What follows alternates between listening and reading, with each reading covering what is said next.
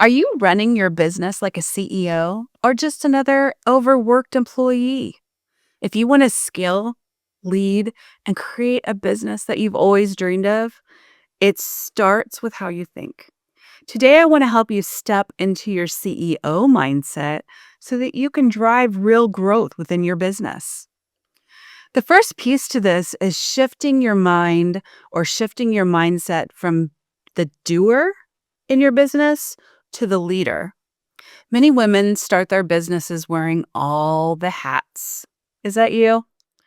They're doing the marketing and the sales and the operation and the service delivery and the follow up and all of the things. But when you're doing that, you're really not able to move your business forward.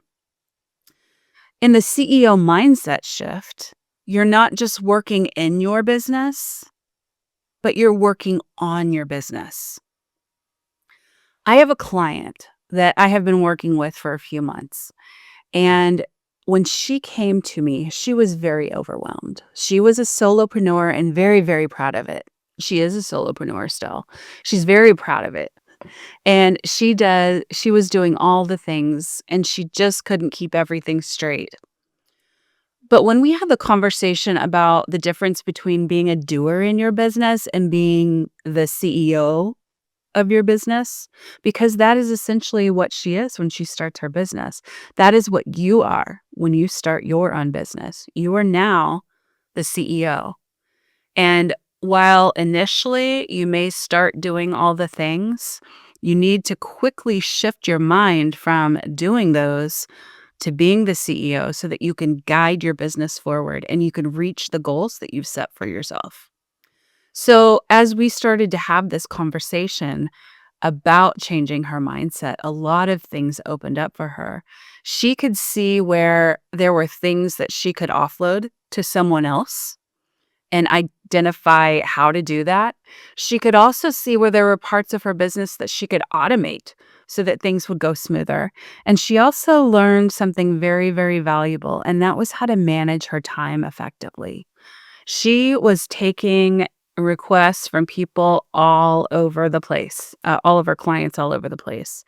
And she really just didn't have a lot of time for herself because she was putting out fires here and here and here. And I gave her this word picture, this image that I learned years ago in a leadership program I did. And it's essentially leading your business from the balcony instead of leading your business from the dance floor. That is very powerful. When you're up on that balcony and you're watching all of the dancers, you can identify who is in step and who isn't. You can identify if everybody's going in the direction that they're supposed to go or if they're not. You're able to see such a bigger picture that helps you to lead that group of people in their dance in a way that you couldn't if you were on the dance floor with them. Now, there are times when being on the dance floor is very important. If you have a dancer who doesn't know how to do a certain step or isn't getting something particularly right and they're throwing everyone else off, going down on that dance floor and showing them how to do it is going to be very helpful. And there are moments when you need to be down there on the dance floor, but those aren't many. Most of the time, you should be leading from the balcony and giving direction to the dancers and showing them how to put together a world-class, beautiful dance.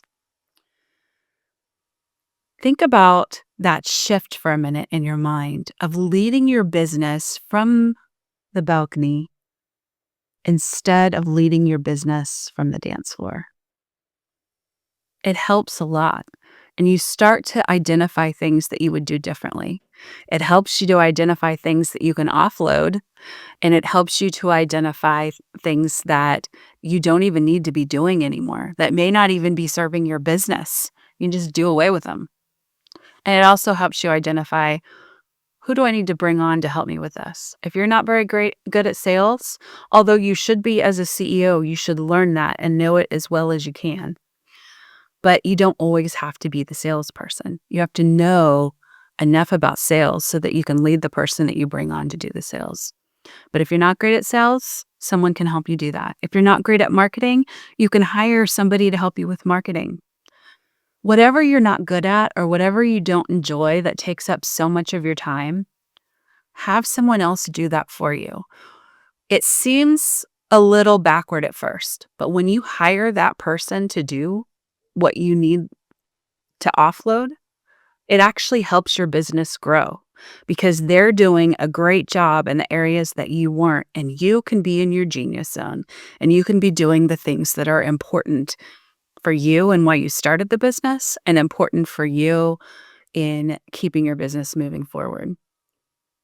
So my question to you in this whole idea of shifting from doer to leader or shifting from doer to the CEO is, where am I holding on too tightly in my business?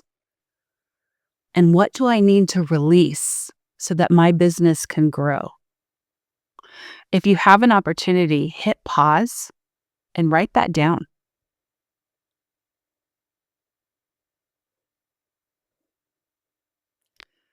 Letting go of certain tasks, like we've talked about, actually creates more success for your business. Take time to think about that and meditate on that. The second piece is communicating like a visionary.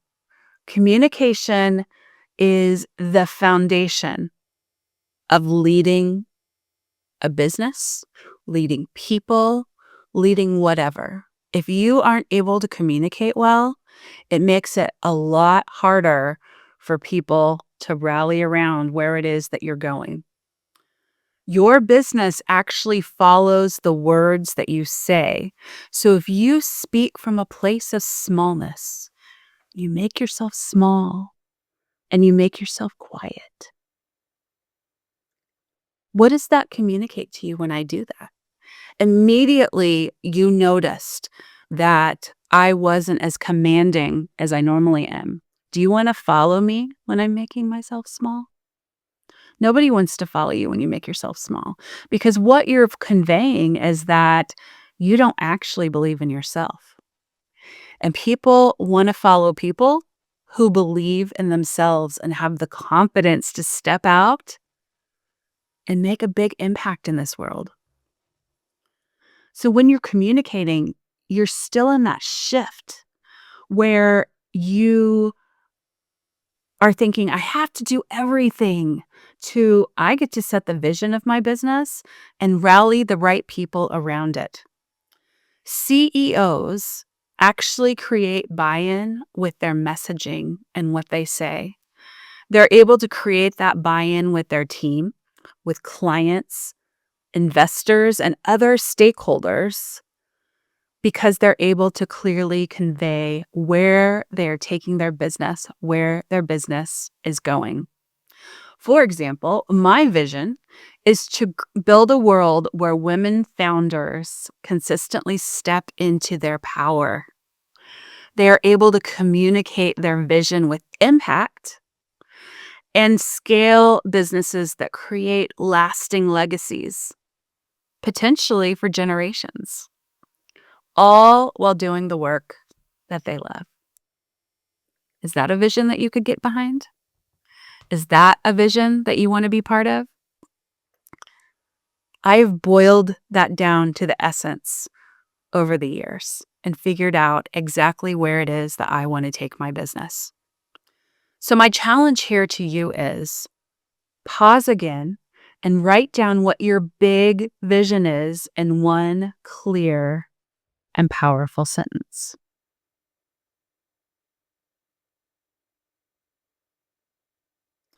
I hope you've written it down. Or you may be way ahead of the game and you already know what your vision is, your vision and your mission for your business. That is fantastic. So my challenge to you then is, if you already know what your vision is, have you read it clearly? And have you reduced it to the most essential words? I have a really good friend who teaches leadership in all different areas.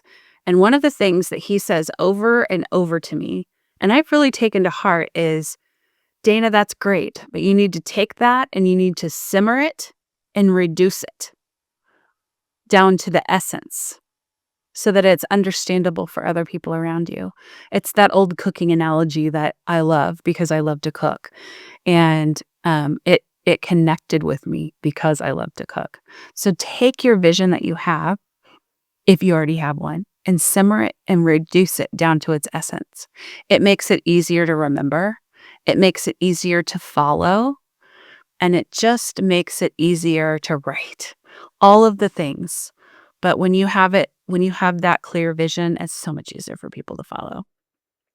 So I hope you wrote down your big vision if you don't have it. And if you need more time than what I allowed, because you probably, whether or not you pause the video or not, take time after you watch this video and really think about where you're going with your business. What is your vision?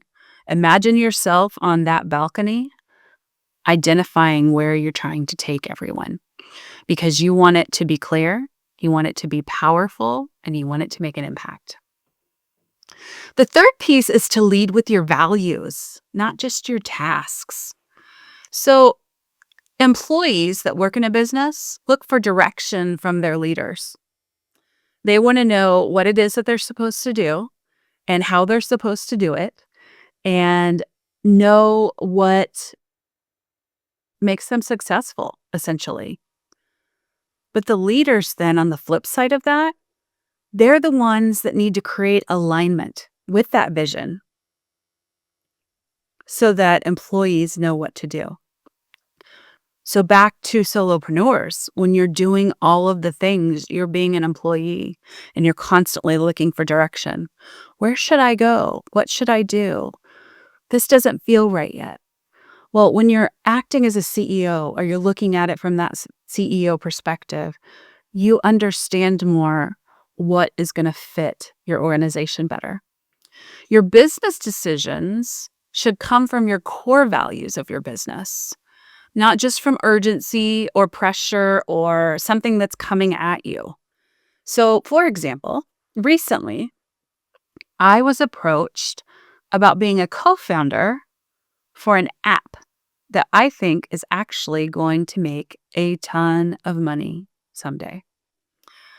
It is in alignment with my old business vision, my old, not my old, but my former self. So I used to work in aging, as you know, and it was aligned with aging. And it's perfect for aging. And if I was still doing all my work in that space, I probably would have considered it more. But when I thought about it, I realized what was going to happen if I said yes to that opportunity was I was going to spend all my time focused on that. And then I was going to spend less time focused on my business. And all of the things that I'm trying to create here were going to slowly fade away because my interest would be over here. So I chose to say no. And I know that that's going to make a whole lot of money someday.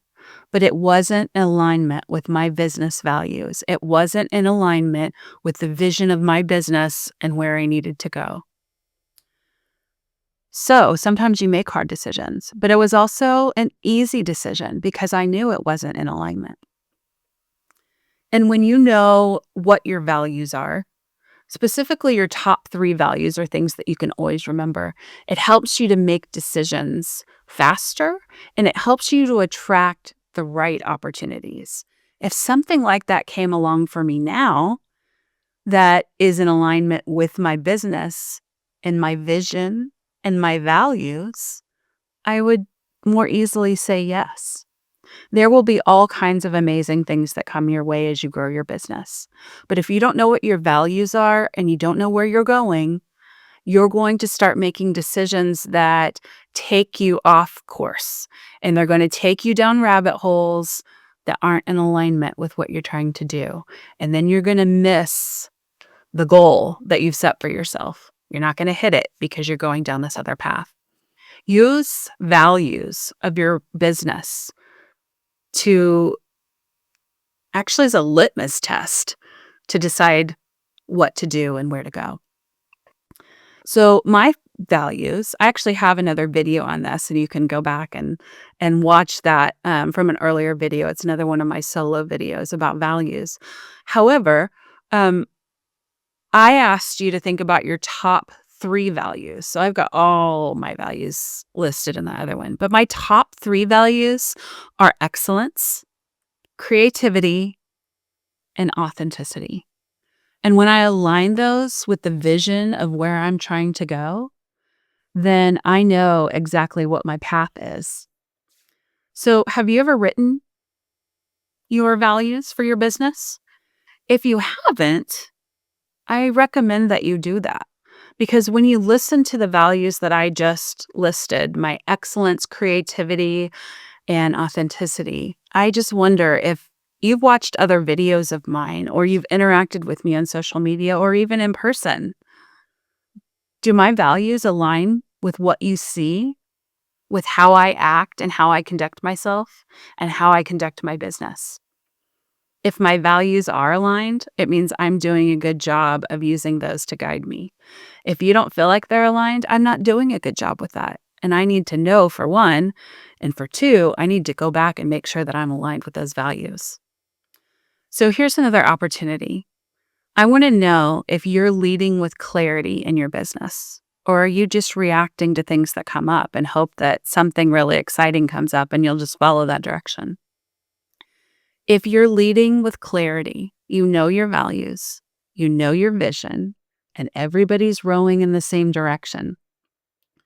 So if you don't know what your values are, I want you to take a moment and hit pause and write down a bunch of words that you think that align with who you are in your business. And again, I would refer you back to the video on values because I actually take you through an exercise in that. But you must lead with clarity. You must lead with your values so that you're not reacting to every shiny object that comes your way. And fourth is acting like a CEO.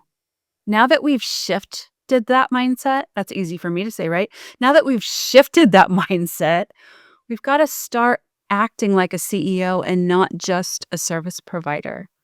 CEOs don't just sell their services.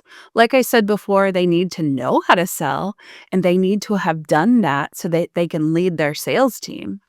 But they build sustainable businesses and they're out there looking at opportunities and options and connecting with people that are aligned with their vision and their values so that their business can grow in the right direction. And everybody will know what they stand for and everyone will know what they do. A good example that comes to mind for me for CEOs is Mel Robbins. Now, Mel has been in business in her current venture, I think about 3 years as of this recording. She really hasn't been in business very long. She has 2 books under her belt, and she has one of the top leading podcasts out there. She started with nothing, and she continued to grow and grow and grow. And she was very smart because early on, she realized she couldn't do it all alone. She brought people in to help her. She brought in a production team, and they kept getting better and better and better and better. And now 3 years in, she's making multi-million dollars, if not more. I really don't know how much Mel is making, but she's making an impact on our world. She's inspiring us to be better in every part of our lives. She is growing and she is letting you into her authenticity. You know what Mel stands for and you know who Mel stands for. So she is looking at her business now from a perspective of a CEO. She is leading it from the balcony and she's aligning pieces of her business in ways that help her to achieve her vision. And she's using her values. You should be able to see that in every step that she makes. So she's out there setting revenue goals. She's looking at data of her business. How many people are watching her YouTube? How many people are listening to her podcast? How many people are interacting with her online or other places. She's got speaking gigs. She's got how many books is she selling? Just all the things. She's looking at that data to understand if it's growing or if it's moving backwards. And if it's moving backwards, she can write the process so that it changes direction and it starts moving forward and continues to move forward. She's also positioning herself to make decisions that are in alignment with her business. She's positioning herself as the go-to expert just for lifestyle, period, mindset, lifestyle, all the things. When you position yourself as the go-to expert versus waiting for people to find you, you're way more powerful. And probably one of the first things that she had to get out of the way is getting visible. Now, she had been visible before in TV, like I think she was a TV analyst at one point. I may be botching this, so just laugh at me. But I've listened to her enough to know that at one point she was called as an expert for different TV shows or her perspective on different things because she is an attorney and had a legal perspective. And so she had to get over that initial stress of getting visible.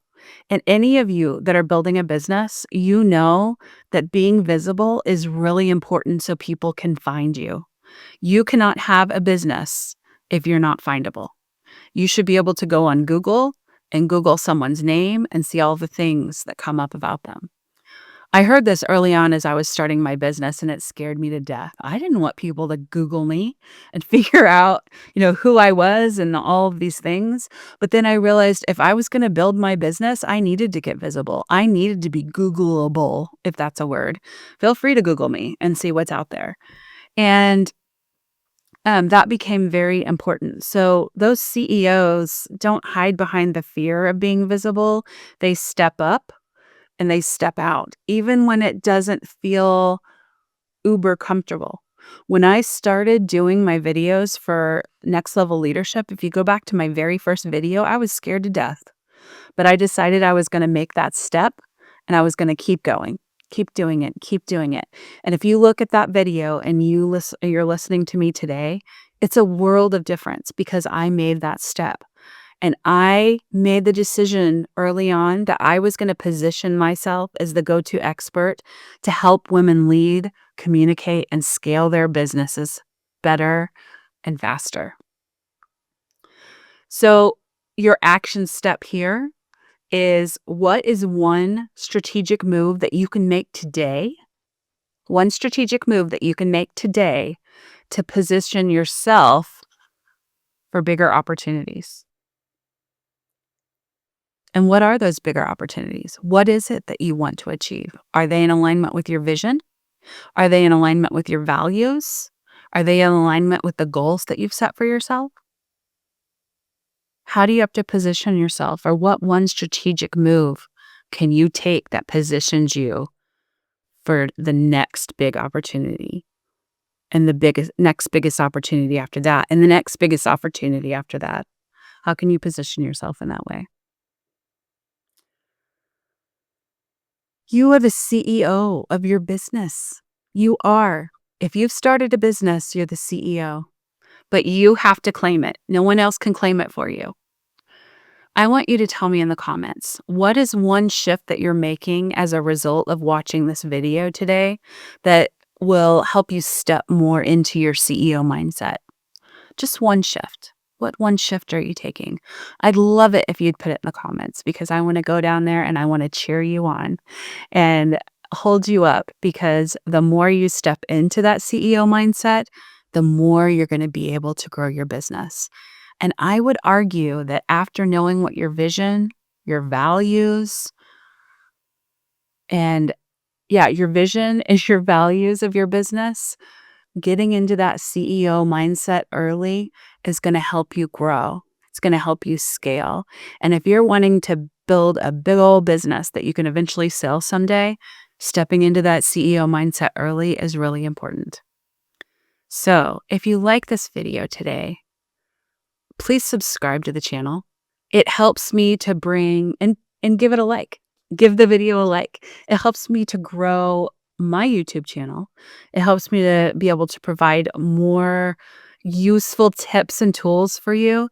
And it also helps me to bring bigger names on when I do my interviews. I so appreciate you taking time to listen to me today because I know that your time is more valuable than any money. I hope this helped you grow. And I hope that this gave you insight into how you can step into your CEO mindset. Thank you so much for watching. Until next time on Next Level Leadership, I'm Dana Weaver.